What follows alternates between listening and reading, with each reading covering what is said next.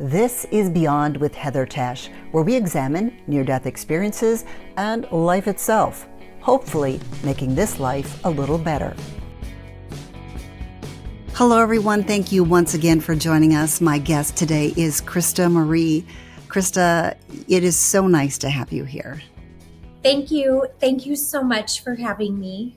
It was so great talking to you in part one. For those of you that haven't seen part one, go ahead and watch that first. It was extremely interesting, but we've got a lot more to talk about here in part two. And Christa, one of the things that you were able to do after your first near-death experience is hear people's thoughts. Yes. I was helping the youth pastor and his wife at my church. They were going to start another church in another area of town. And while I was there, even more gifts opened up for me. We were sitting in the actual church, and this is in addition to hearing people's thoughts.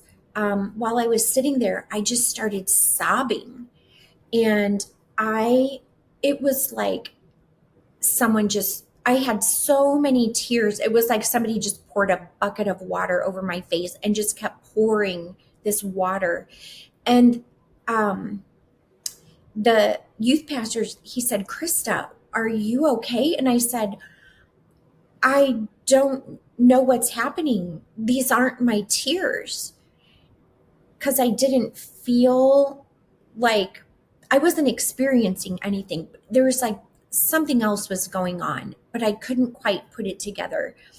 And I later found out that I was sitting right where there was a confessional. Oh my goodness. So I was actually feeling all of the sorrow of everyone that had ever been into that confessional. The confessional was gone, but the energy, the sadness was still right there. And then another time we were sitting in a group and I started seeing streams of energy when one person had a thought towards another person. I could see this light. It was a stream of energy, but it was in color. Like, let's say it was pink or blue or white or multiple colors, and it would be going from one person's mind to another person's mind. And then I began hearing what their thoughts were. And I thought, oh my gosh, that is overwhelming. It just felt overwhelming to me. And I mentioned something to a woman that was in the group that I really felt like I could trust. And I said, I have this sense, or I heard these thoughts that this was going on with this person. And I shared with her in confidence what came forward. And she said, "That's exactly what's happening with them." And I didn't even know them. And I just thought, oh my gosh, I didn't really have anybody to explain to me exactly what was happening. So I just embraced it all. And if I heard something, I just started praying for that person. I don't hold any judgment towards anybody that, whatever is going on, it's wrong or anything like that. I just would pray for them. And, but it got to be really overwhelming because I started hearing so many different, like I was hearing conversations that people were having. And I'm like, Lord, this is a lot. Help me navigate through this. And I started seeing even more clearly than I was before into the dimensions. Like, for example, there would be souls that I was able to see, but they were coming forward in human form, like as if they were just there, just like you and I talking, only they were from the other side. And there was a building that they were talking about tearing down. And I said, you can't tear it down. There's people living there. And I could see all these people walking through the building. And they said, no, nobody's there. It's abandoned. And I'm like, no, it's not abandoned. Like, you can't tear it down. Where are they going to go? There has to be another place for them to go. And they just were saying, Christa, it's abandoned. No one's there. And I'm like, why can't you see what I'm seeing? I didn't understand that. And they just kind of dismissed it. But I was seeing, just with, like, it wasn't in my mind's eye, like, it was with my eyes. Everything that was like basically on the other side, it's still here. And then when you could hear people's thoughts, just going back to that for a minute, we often think that our words can encourage people, they can hurt people. But what does that tell you about our thoughts? Oh my gosh. We really want to be mindful of our thoughts, because it's not just our words that create our reality, our thoughts do as well. So if you have any negative thoughts towards someone, you're actually sending them energy, because I was seeing this person's thought, and I was hearing the person's thought, but then also seeing the energy of it going to another person. So whatever we're thinking, that's also what we're sending out. And you can pick up on so much that we can't pick up on. As a nurse, you helped a doctor a couple of times figure out what was wrong with somebody, and one time it was in surgery. Oh, yes. Yes, I remember that. I was in surgery, and he was doing a hip replacement, and I could see that it was off by like maybe a millimeter or two. And I just thought, you have to do better. You can do better. It's off by this much. And he thought he was done. And then he said, you know what? I'm going to double check this. And he went back right to the area where I saw, and he corrected it. And he'd kind of looked at you as well, hadn't he, just to see what you thought? He looked right at me. Yes. He knew that you had this kind of special ability because you had helped him out with something else with his father. Yes. I don't know if he actually grasped or understood what was happening. But yes, his dad had a cyst in his back. He had back pain. And I told him, I said, he has to get an MRI. He has a cyst in his back. And I told him where it was, and because I could see it.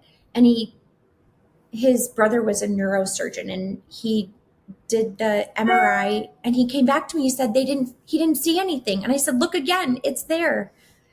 It's there. I know it's there. So he looked again, and he found it. That's amazing. Yeah. And you also have helped so many people in your healing practice as well. Can you talk a little bit more about what you do and just the discoveries you made along the way with your gifts? Well, after my second NDE,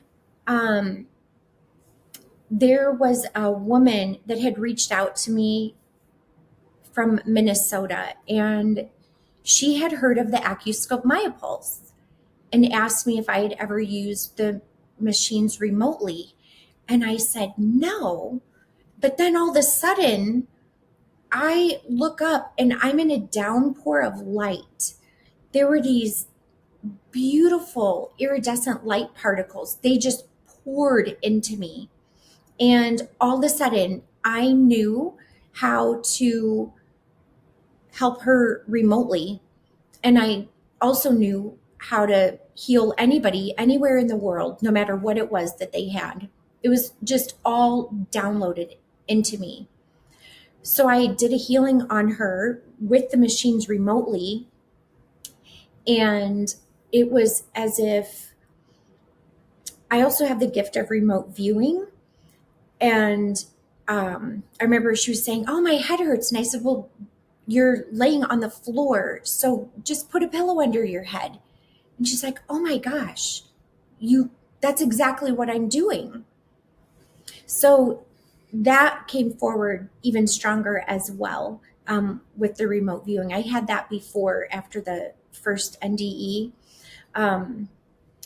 But it was incredible because she had a growth on her body for like 20 some years, and it just left. It was just gone.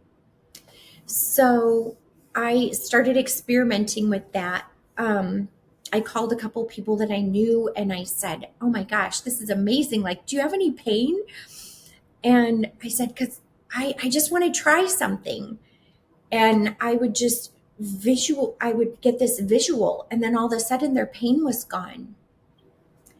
And then other things started developing, like more gifts started coming in, to where it's really beyond what any technology can do. I began speaking in another language. I was praying out loud, and then all of a sudden I just began this other language. It just flowed from me. And I heard, "You're in Earth School." And I thought, "Oh my gosh, that makes so much sense," because my whole entire life I never felt like I was from here. So hearing that I was in Earth School, it just made sense to me. And then I asked, "What is this language that I'm speaking?" And I was told, "It's the language of the light of the divine. Speak and people will heal." And I couldn't stop speaking it. It was just constant, like for several days. And so I incorporate that into the healing. And when I'm speaking in this language, it's moving the energy and it's bringing in energies from the divine. And it's so powerful that just when people listen to it, because sometimes I'll send them a recording of it, and they can heal just by listening to this. I call it a healing prayer, because I am connecting and I am speaking with God, and I'm asking for the healing to happen and take place for them. But I'm also actively transmuting energies that aren't supposed to be there, so that the energies from the heavens can flow to that person. Now, do you have to be in a certain frame of mind to do that and kind of in the healing zone, or is it something that right now you could start using this language? It's anytime. Do you want to give us a sample? Sure. Yeah, I'd love to give everyone a blessing. That would be wonderful. Yes. Okay. I would just invite anyone listening to place your hands on your heart and just take 3 gentle cleansing breaths in through your nose and out your mouth. And envision that you are in a downpour of white light. You're in a waterfall of white light. Aye shoro kote revesa vanish kote ti urukuri kiti vate avanish kote ara sara ishla ivatia urukoro korivets vatiki shkuru ko viti kinyo shoro kote ti urutete shoro shvanya sa koro shvatiki lare sare soro koro korivatia. And now envision that there are pink hearts floating all around you, and they're getting closer and closer, and they start absorbing into every single cell of your body.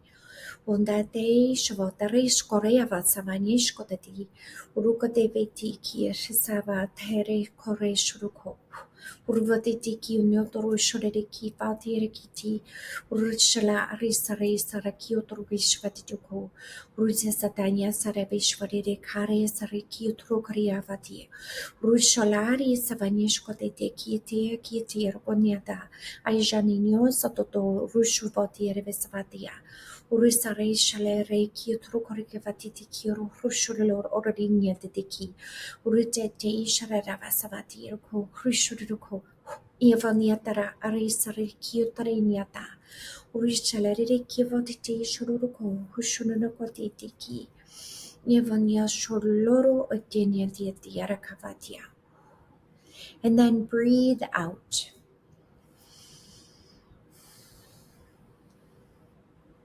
Wow. Thank you so much.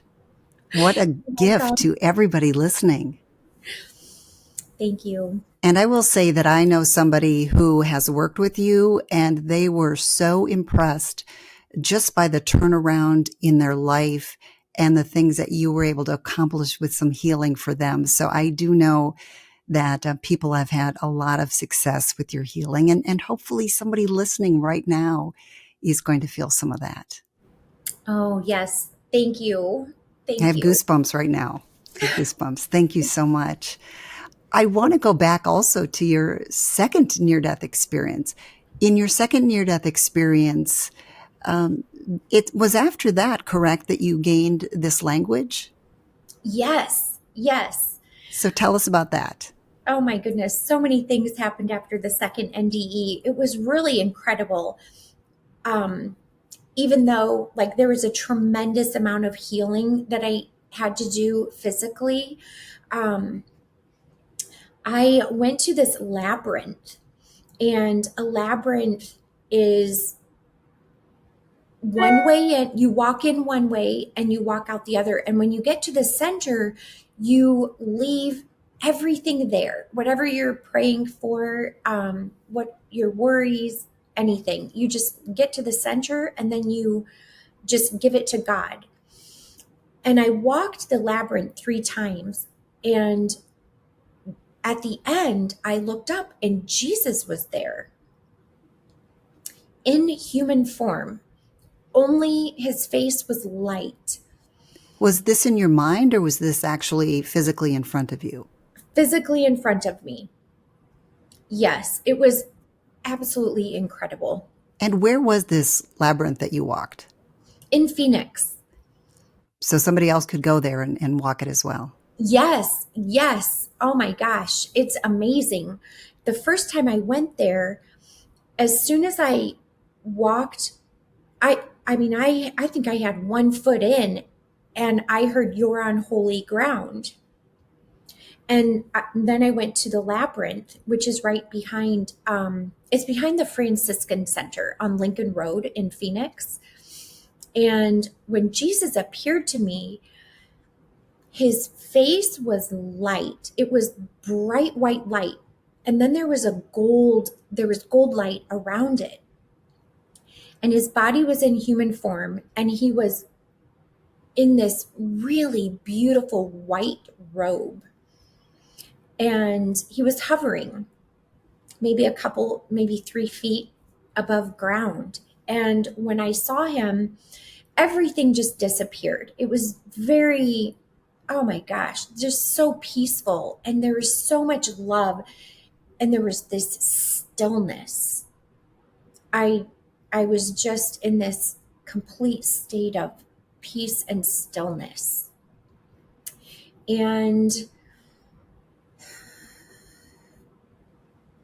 it was my light language. People call it speaking in tongues, and some call it speaking in a light language. That actually came before Jesus appeared to me. So everything was happening in steps. And before the labyrinth, is that when you had your second near-death experience? Or was that after? The labyrinth, when I went to the labyrinth, that was after the second. So tell us about your second near-death experience. Okay. I ended up getting exposed to mold, And I went to a physician who was a friend of mine, and he gave me an IV with hydrogen peroxide. And then I went into the hyperbaric chamber. And that, I don't really recommend that to anybody. Because after that, when I got home from the appointment, I couldn't see. I was in a tremendous amount of pain, and it was as if the mold just exploded everywhere in my body. And that's what led to the second NDE. And I was at home, and I could feel that my heart was getting very weak, and it was getting hard to breathe. And I felt my blood pressure dropping, and I just knew I was dying. And I called out. It was like I had a split second. And I said, "Divine team of medical angels." And right then my soul rose above my body, and I was in bright white light, and there was a team of angels. And it was as if, like if you could imagine like being in an emergency room and there's all these people rushing in to save someone. That's what it was like. There were so many angels, and they were working on me very, very fast, pulling things out, putting things in. But the light, it was so bright. And then I was in front of golden gates. They were open, and I was standing not on either side, but right in the middle. And God was there. And I was so close to God. It was as if, the best way to describe it is if you could imagine going up to a mountain, and you are so close to the mountain that you can't even see how massive and enormous and vast it is, because you're just that close. That's how close I was to God. And everything is gold.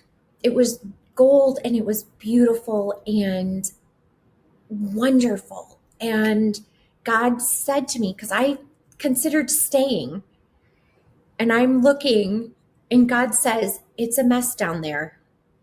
And I said, "Oh, I know, I have to go back and help people." So I looked down at my body, and when you're in heaven, like you're already made whole. There's no pain, there's no suffering. I mean, it's just wonderful. There's nothing to be afraid of at all. And when I looked down at my body, I said, "Okay, I'll go back." And then I began floating through this time of nothingness. It was so peaceful. And then I came back to my body, and I knew that I had been healed enough to keep going, but I still had so much healing to do. And I thought, oh my gosh, why didn't I ask for complete healing? But I was already healed when I was there. So, Maybe that was part of the process, that you needed to go through several more things to be able to heal yourself. Yes, absolutely. I mean, because there's so much learning when we go through things like that, and it gets us closer to God, and we really bring in our true strength that's within us. And I just knew, nope, God, you told me when I was very young that you chose me for greater things, and I know that this is not my destiny. So I'm going to get through this, and I will heal no matter how hard it is, no matter what challenges they are. You're going to get me through it all. And I want to talk a little bit more about that healing, but I still want to talk a little bit more about your actual experience, your second near-death experience. What did God look like? You said he was massive, but did you see his face, or what was there a face? I can't say that there's a face, because I mean, it took me a while to be able to describe this. And honestly, the closest description I can make is for someone, if you want to know what it feels like to be face to face with God, find the biggest mountain that you can find, and go stand right against it and then open your eyes. Like, you cannot see. There's no borders. Like, it's just massive. But it's this also this love and this energy that you feel as well.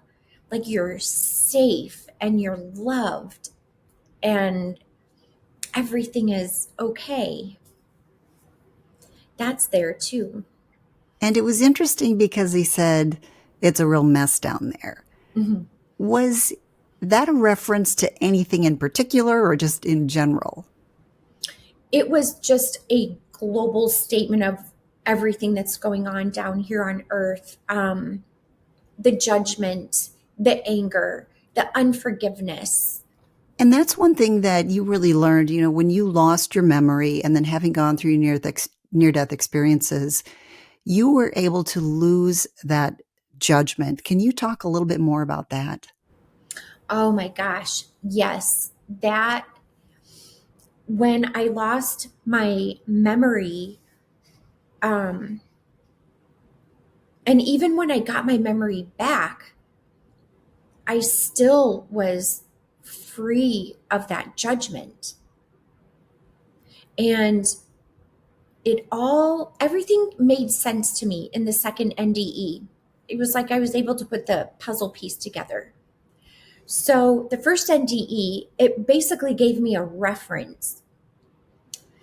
When my long-term memory came back, I had that reference of being free of it all.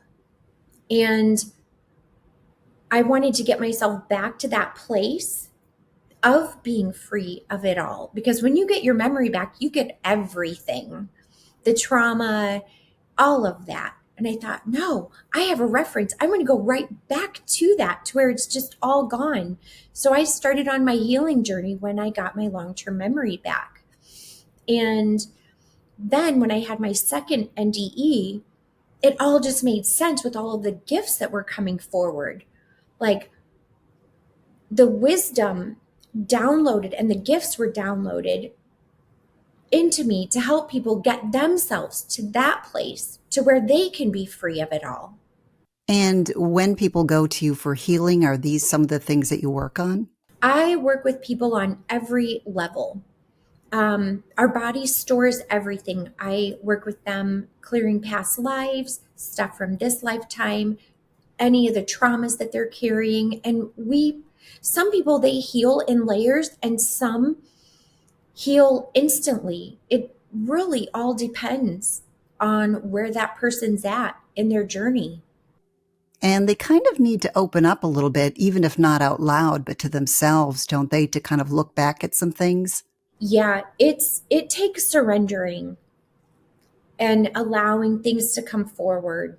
Because we all want everything to be healed right now. Yes. But sometimes we have to peel away the layers to get to that point to where we can be healed. How do we as a society get to that point? Individuals can go to you, individuals can work on themselves, but is there a way that just we can start healing in a much bigger way? Or do you expect that? Is that something that you expect to come down the line? Absolutely. I really do. And one of the things that I was given a vision. I was in this sleep state, and I had a vision of doing healings for masses, like large groups of people. And when I woke up, I heard this voice that said truth. And then there was this bolt of lightning that flashed in my room. And so I see that coming for people as well, like healings for the masses. But if we're on our own, what we can do to support ourselves is to start loving ourselves and setting boundaries and saying no to anything and everything that isn't in our highest and best. And forgiving people that have hurt you, and forgiving yourself and asking forgiveness from others that we've hurt. And you don't have to go to that person, you could actually even write them a soul letter, like a letter.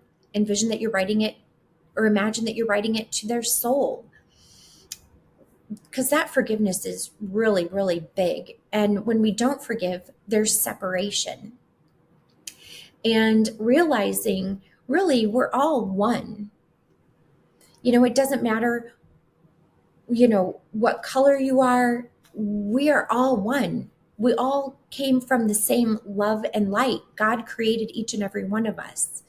And we want to step out of victim mode into victory mode. Yes, we experience a tremendous amount of suffering here in Earth School. But if you reflect on all of the times that you've actually made it through those things, and that you really are victory, that shifts. That's often where we grow when we have these experiences. Yes, yes. And these experiences do push us forward if we allow them to. And that's one of the things you do is with some of your clients is you work on the healing of with forgiving themselves and forgiving others, which really is so powerful. Yeah, yeah, it's so powerful. And a lot of times, when we're in a spiritual warfare here, it's a battle of the light and dark. And there are actually energies that can manipulate people's energies. And wherever you put your attention to, you're going to bring that energy into your field. So you want to be really mindful of what you're doing and what you're paying attention to, because it happens in literally a millisecond. Because you believe there are lower vibrational energies out there. Absolutely, because I see them. I see them. And some people, they think it's really scary, but we actually have it within us to rebuke these lower vibrations and to clear them. But it's everywhere. I mean, the light and the dark, they both exist. And we want to just be very mindful of what we're doing with our energy, where we're directing our attention to. Through your near-death experiences and everything you've gone through, what is the most important thing you've learned? The most important thing that I have learned is to live from your heart and not from your head. And that is one of the blessings that I received from the first NDE, was to have that reference point of living from your heart. Because if you're not in your head, the only other place you can be living from is your heart. If people want to connect with you more, can you tell us about your website? Oh, yes. The easiest way to get there is just typing ChristaMarie.com, and it's ChristaMarie.com, and it'll take you to a website, and it says Restorative Health Solution. There's some information on there about the AccuScope and MyoPulse, and then the energy healing. Right now, I do everything remotely, unless there is an opportunity like where I'm told I need to definitely see this person face to face to do a healing for them. And on occasion that happens, but typically it's remotely, which allows me to help people anywhere in the world. And you actually helped probably a lot of people today just with what you've been saying and doing. Oh, thank you. Thank you. You also do some paintings, and I think this is something that came after your near-death experiences. Is that correct? Yes. I had this feeling that I wanted to start dabbling in painting, because I've always been a paint by number person. I didn't even have my own ideas. I would have to look at something and copy it, or literally paint by number. And there was a woman that came to me for a healing, and she really loved painting with watercolor. And she invited me to her home, and she said, I can show you how to get started. And the very first thing I did was I just as soon as I put the paint on the paper, it took the shape of a face. And I said, that's a person's face. And she goes, that's my dad. Wow. Yes. And I said, okay, well, then I think this is for you. And she said, no, you painted it. You keep it. And I'm like, but it's your dad.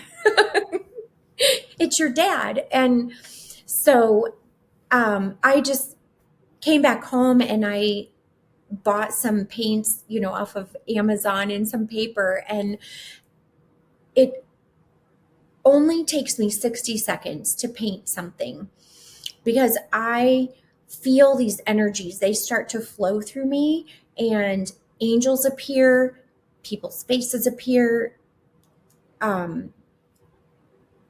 It's amazing. They tell a story of the past and also the future. Like, for example, I painted a picture and there was a woman that was pregnant in this painting. And there was a baby that was in front of this woman that was all gold. And right after I painted that picture, it was a day or two later, my daughter called me and she said that she was pregnant. Oh. Yeah. So things like that show up in the paintings. But also angels appear. I sent them to several people just when I began painting, and they said, your painting healed me. And I just felt so much gratitude, for what was happening. And even though it only takes me 60 seconds to paint something, the energies that are embodied in them are from the divine. And where can people find your paintings? I have some of the paintings on Instagram. I have literally hundreds of them because when I start going, it's like 60 seconds is not that long. I just paint one right after another, after another, after another. But I do have some on Instagram, and I need to put them on my website too. I should put some of them there for them to connect with. But sometimes people that I'm doing healings for, I will send them a screenshot of the painting and just tell them to connect with it just as a little gift. And do you have any parting words as a gift to the people that are listening? Oh gosh. Yes. Embrace the truth of you. Embrace that you are worthy and that you are whole and complete and that God lives within you and that God is with you. Remember who you are. You are a powerful being of light. And no matter what is going on around you, within you, there is always light. Thank you so much, Christa Marie. It has been such a pleasure talking with you today. Thank you. Thank you so much for having me. Oh, thank you. And thank you for just the wonderful service you're doing to all of the people that are listening. Thank you. Thank you. Thanks for joining me on Beyond with Heather Tesch. Please add comments and questions you'd like future guests to answer. Also, if you liked what you heard, please hit the thumbs up button and subscribe. That'll help keep this podcast going. You can also go to Beyond with Heather Tesch to look for more episodes.